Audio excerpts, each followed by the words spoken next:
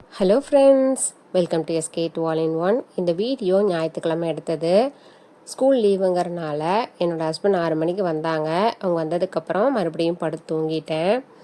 8:30க்கு மேலே தான் எந்திரிச்சேன். என்னோடய அத்தை தான் வந்து எழுப்பி விட்டாங்க. அவங்க மட்டன் குழம்பு வச்சு கொண்டு வந்து கொடுத்தாங்க.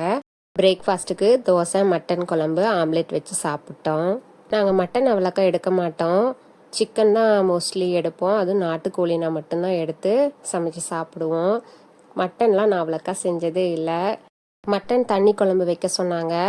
தண்ணி குழம்பாட்ட வச்சுட்டு எனக்கு பெப்பர் ஃப்ரை மாதிரி செஞ்சு சாப்பிட்ணுன்னு தோணுச்சு. அதனால் மட்டனை வந்து பெப்பர் ஃப்ரை மாதிரி பண்ணிட்டேன். டேஸ்ட்டாக தான் இருந்துச்சு. சமைச்சதை வீடியோ எடுக்கலைங்க.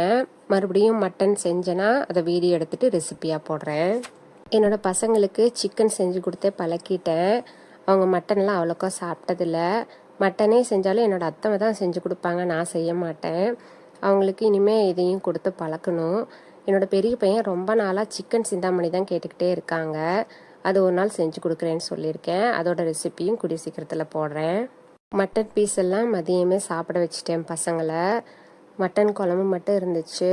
கொஞ்சம் வீட்டில் வேலை இருக்கிறனால சாதமே வச்சுட்டேன். சாதம், மட்டன் குழம்பு, ரசம் வச்சு சாப்பிட்டுக்கலான்னு பாத்திரத்தையும் எல்லாத்தையும் தேய்ச்சி முடிச்சிட்டேன். இந்த செம்படம்லாம் மங்கள வாங்கினதுன்னு வீடியோ போட்டேன் இல்லைங்க. ஞாயிற்றுக்கிழமை நைட்டு தான் எல்லாத்தையும் விளக்கி கழுவி கமுத்தி வச்சேன். செம்படமெல்லாம் நல்லா காஞ்சதுக்கப்புறம் மல்லிகை ஜாமானை போட்டு வைக்கலான் தாங்க எல்லாம் கழுவி வச்சேன். ஆனால் இது வரைக்கும் இன்னும் போட்டு வைக்கல. இனிமே தாங்க போட்டு வைக்கணும்.